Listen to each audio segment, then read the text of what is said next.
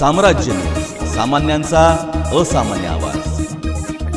प्रभाग क्रमांक 22 मधील अल्पसंख्याक बहुल भागातील मूलभूत नागरी सुविधांना भक्कम आधार देत जन्नतुल फिरदौस कब्रस्तानच्या विकासासाठी रस्ता काम व सुरक्षेसाठी वॉल कंपाऊंड उभारणीस प्रत्येकी 25 लाख रुपये असा एकूण 50 लाखांचा निधी सन 2025-26च्या अल्पसंख्याक बहुल नागरिक क्षेत्र विकास योजनेअंतर्गत मंजूर झाला आहे. उपमुख्यमंत्री अजित पवार, खासदार सुनील तटकरे, अल्पसंख्याक मंत्री माणिकराव कोकाटे, ज्येष्ठ नेते नजीब मुल्ला यांच्या मार्गदर्शनामुळे उपलब्ध झाला.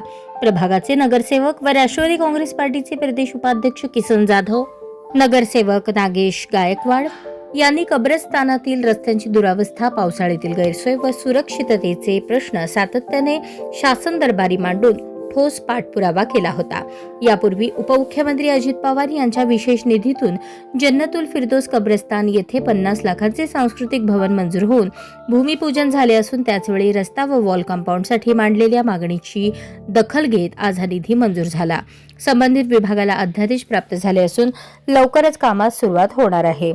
प्रशासक राजवटीतही किसन जाधव, नागेश गायकवाड यांच्या इच्छाशक्तीमुळे प्रभागातील विकास कामे मार्गी लागत असल्याचा विश्वास अल्पसंख्याक समाजाने व्यक्त केला.